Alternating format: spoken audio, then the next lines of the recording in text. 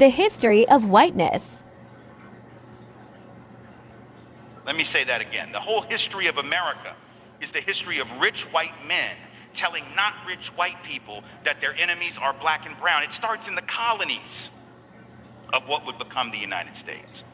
Let's remember, during the colonial period, mid-1600s, there was no such thing as white people.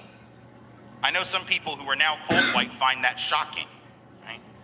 Because they think whiteness is real, right? But whiteness was created. Europeans didn't call themselves white.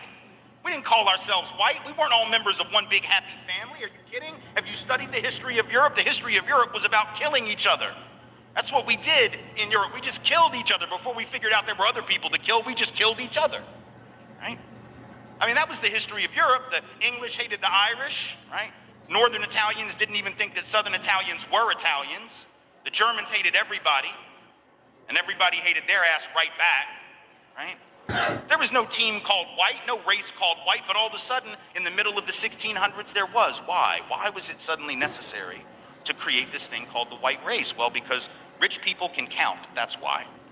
And so rich folks looked around, the ones that owned all the land, you know, in the colonies, the colonial elite looked around and they realized something, that they were heavily outnumbered by African enslaved folks, by European indentured servants who were just one level above a slave, or other Europeans who weren't technically indentured servants, but they were still peasants, didn't have any money, didn't have any land, and they could do the math. They added it up and they were like, damn, we got to figure out a way to split these folks apart from one another or they're going to rise up and take our stuff, right?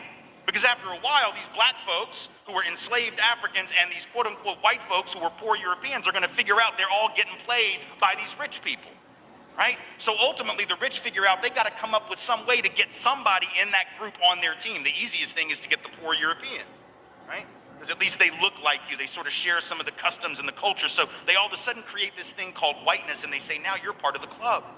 Now we're going to let you testify in court, enter into contracts, vote, at least if you're a man, own a little bit of land, at least if you're a man, right? And we're going to get rid of indentured servitude, no more of that, because you're too good for that. And we're going to take the white men, now called white men, and put them on the slave patrol to keep black people in line. Give them a horse and a gun and a badge and make them feel big and powerful, right? They're still poor.